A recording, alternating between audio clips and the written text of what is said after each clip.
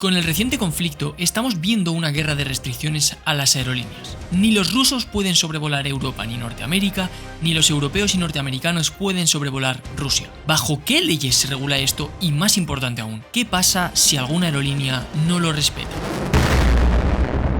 Durante las últimas semanas hemos vivido cosas que no pensábamos siquiera que podrían ser posibles a día de hoy. No solo hablo de la terrible situación humanitaria que se está viviendo, sino desde el punto de vista de la aeronáutica, que es lo que solemos hablar en este canal, se han visto cosas como por ejemplo dogfights al más puro estilo de la Segunda Guerra Mundial, restricciones masivas al sector aeronáutico y cosas del estilo. Desde hace muchos años ha habido una situación de calma entre las potencias mundiales y esto ha llevado a que normalicemos cosas como por ejemplo sobrevolar territorios que no son tu propio país o incluso sobrevolar territorios de países que no son considerados aliados. Por ejemplo, en febrero de 2020 me fui con un amigo a Japón y en la pantalla del avión nos indicaban la ruta que estaba haciendo el propio avión. Literalmente cruzamos toda Europa y Rusia, pero nunca realmente pensamos todo lo que hay detrás para que este tipo de vuelos puedan llevarse a cabo, porque sin previo aviso un avión no puede coger y sobrevolar otro país. Básicamente, para que entiendas la idea, un avión español no puede despegar y meterse en espacio aéreo francés así porque sí. Entonces, la realidad es que hay cientos de vuelos diarios que parten de España y pasan por Francia.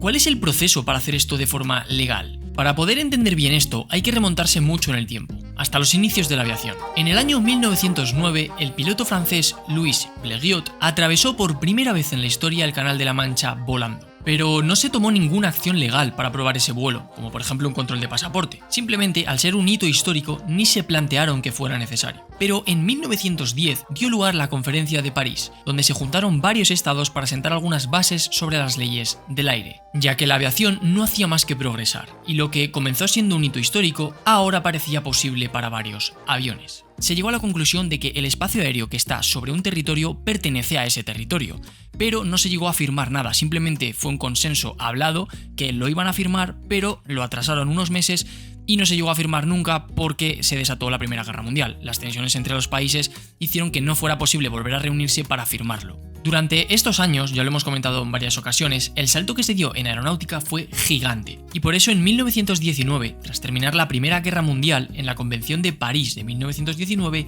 todos los países que tuvieron implicación en la Primera Guerra Mundial vieron prácticamente obligatorio llegar a un consenso sobre desarrollar más leyes aeronáuticas, puesto que la aviación comercial estaba llamando a la puerta. Aquí es donde finalmente se firmó lo siguiente. Cada país tiene soberanía sobre el espacio aéreo, sobre sus territorios y aguas, o sea que puede decidir qué aeronave entra y qué aeronave no entra. Y además se obligó a las aeronaves a registrarse bajo un estado, y se le daría como una especie de nacionalidad a la aeronave de ese estado al que se registró. Pero claro, con el tema de las leyes no es tan sencillo. Por ejemplo, los límites marítimos están bastante bien establecidos. Un país con costa tiene las 12 millas náuticas de mar como si fueran su territorio. A eso se le llama mar territorial. Y ahí el país puede decidir quién entra y quién no, como si fuera su territorio, vamos. Luego, desde las 12 millas náuticas hasta las 200 es lo que se conoce como zona económica exclusiva, que le da derecho al país a explotar los recursos que estén dentro. Sin embargo, estas fronteras tan bien definidas para el mar no las tenemos cuando hablamos del espacio aéreo, ya que el espacio exterior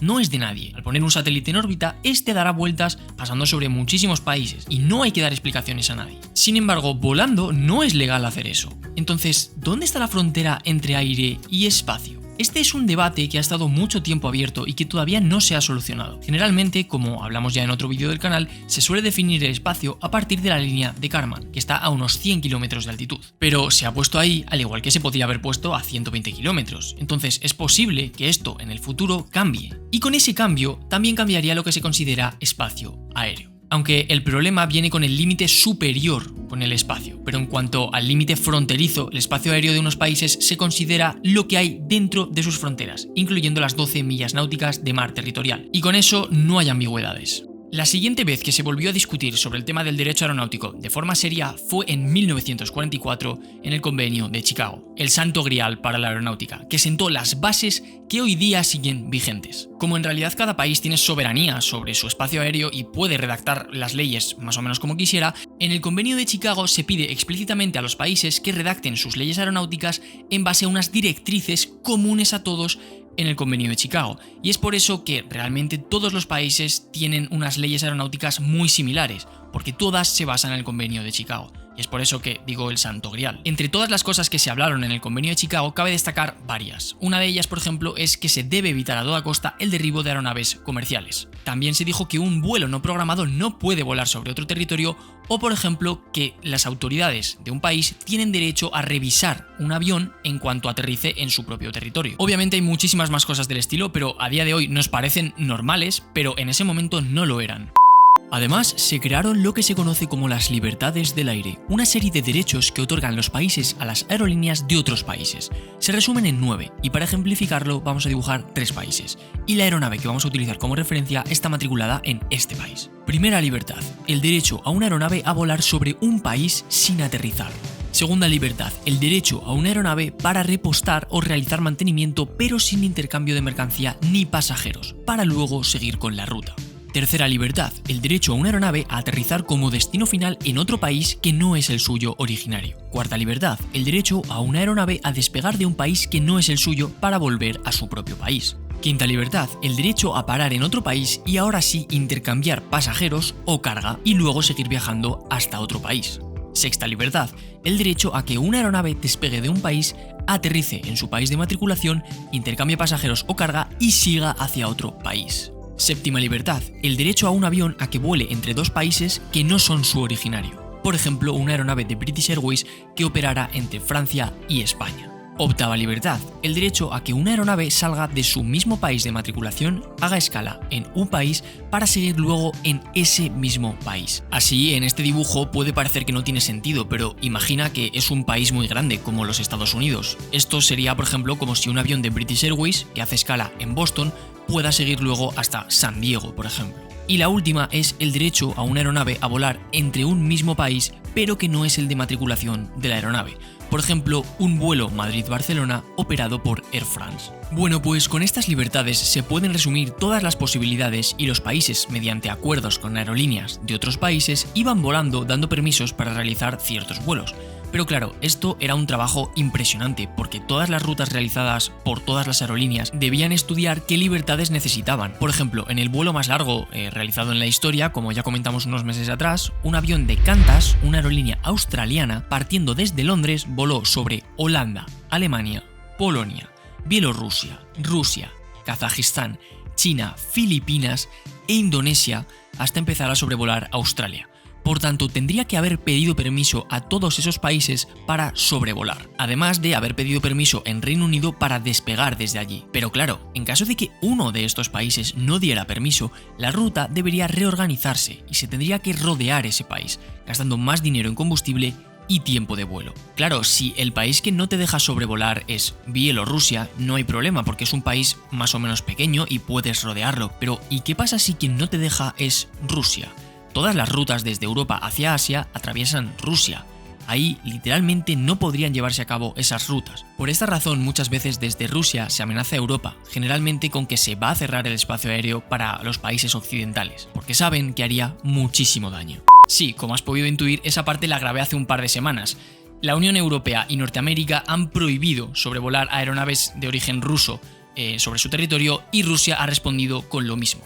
Esto realmente viene muy bien para poder entender lo que estamos tratando en este vídeo, pero viene muy mal para todo lo demás. Entre países aliados, lo que se ha hecho en los últimos 30 años es llegar a acuerdos para no tener que pedir permisos en cada vuelo. La primera vez que esto se hizo fue en 1992 entre Estados Unidos y Holanda, pero durante los siguientes años se fueron firmando estos acuerdos entre Estados Unidos y otros países de Europa, hasta que en 2007 se firmó un tratado que unía a Estados Unidos y toda Europa. Prácticamente se permiten todos los vuelos entre cualquier destino sin tener que pedir permiso entre países. O sea que, por ejemplo, un vuelo desde Nueva York hasta Roma no debería tener que pedir permiso ni a Italia para aterrizar ni a los países que fueran a ser sobrevolados.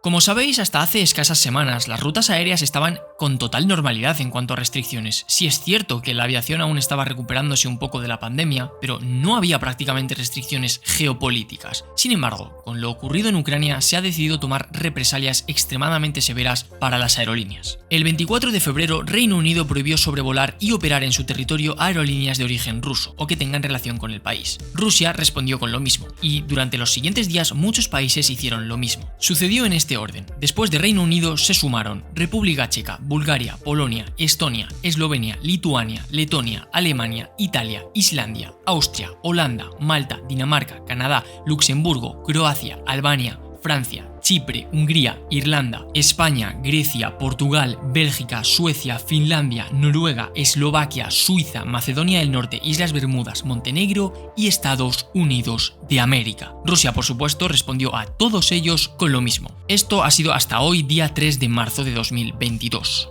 Esto ha hecho que se vean cosas muy impactantes. Por ejemplo, el día 26 de febrero de 2022, tras el cierre del espacio aéreo ruso a aerolíneas alemanas, a algunos vuelos esto les pilló en mitad de trayecto y tuvieron que darse la vuelta. Fue el caso de este DLH-718 de Lufthansa, con origen Múnich y destino Seúl, Corea del Sur. El vuelo tenía una duración de unas 9 horas, pero este día se enteraron de las restricciones en mitad del vuelo y tuvieron que dar la vuelta. Los pasajeros estuvieron unas 7 horas en el avión para acabar en el mismo aeropuerto de salida. El día 25 de febrero de este mismo año también, el vuelo BA-142 con origen Londres y destino Nueva Delhi sufrió las consecuencias de las restricciones también.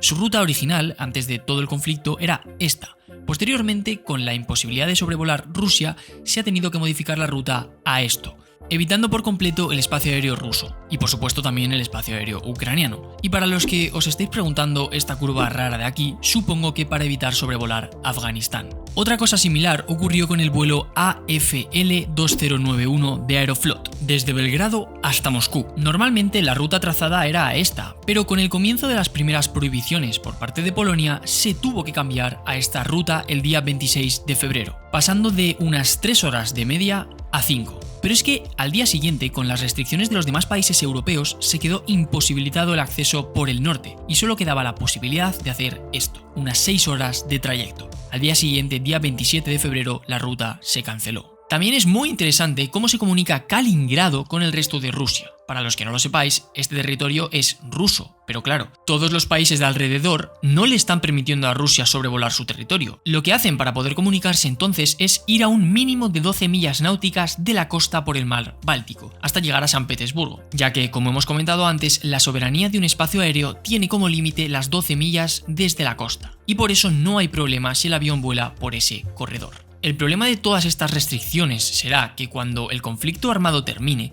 todas las libertades aéreas que se han quitado en esta guerra de restricciones aéreas van a tardar en volver. Y eso es un gran problema tanto para las aerolíneas como para los ciudadanos. Y aquí es donde viene la pregunta del vídeo. ¿Qué pasa si una aeronave comercial no cumple con las restricciones? Como te he comentado, en el Convenio de Chicago se prohíbe explícitamente el derribo de aeronaves comerciales de pasajeros. Entonces realmente es muy complicado que se llegue a derribar una aeronave de pasajeros, aunque probablemente todos los países digan que en caso de que sobrevuele territorio sin permiso la derribarían. Yo creo que no es tan sencillo derribar una aeronave de comercial, la verdad. Pero también es cierto que es importante valorar cómo de tensa esté la situación. Ahora la verdad es que está muy tensa y probablemente si una aeronave ahora sobrevolara territorios sin tener permiso, habría un problema bastante gordo. En el siguiente vídeo, de hecho, vamos a hablar sobre derribos de aeronaves comerciales, porque lo ha hecho tanto Rusia como Estados Unidos y otros países. Lo veremos en el vídeo siguiente. Y además veremos otras situaciones a lo largo de la historia en las que se han violado por completo las bases del derecho aeronáutico. Muchas gracias por ver este vídeo, dale like y compártelo si te ha gustado para poder ayudarme. Te recuerdo que tienes aquí todas mis redes sociales con las que puedes tener contacto directo conmigo y nos vemos en la próxima. Una cosa más antes de irme, para todos aquellos que queráis un canal similar al mío, deciros que tenéis el canal de Ingeniería Real, creador del canal Real Engineering, con más de 3 millones de seguidores. Ahora está publicando en este nuevo canal sus vídeos en español. Sin duda fue uno de los canales que más me inspiraron para hacer lo que hago ahora mismo. Así que si os gusta la ingeniería, os va a encantar el contenido.